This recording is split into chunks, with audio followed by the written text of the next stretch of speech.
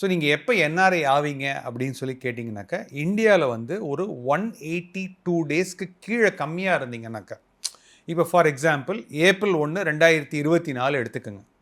அப்புறம் மார்ச் 31 2025 எடுத்துக்கோங்க.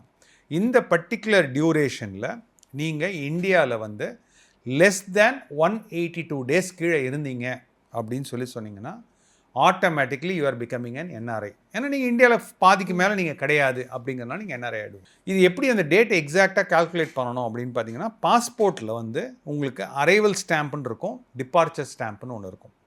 So for example, அதாவது வந்து நீங்கள் என்ன பண்ணுறீங்கன்னா, சிங்கப்பூர் ஏர்லைன்ஸில் ஈவினிங் ஃப்ளைட், அங்கே சிங்கப்பூரில் 8:30 மணிக்கு அங்கே ஒரு ஃப்ளைட் எடுக்கிறான்.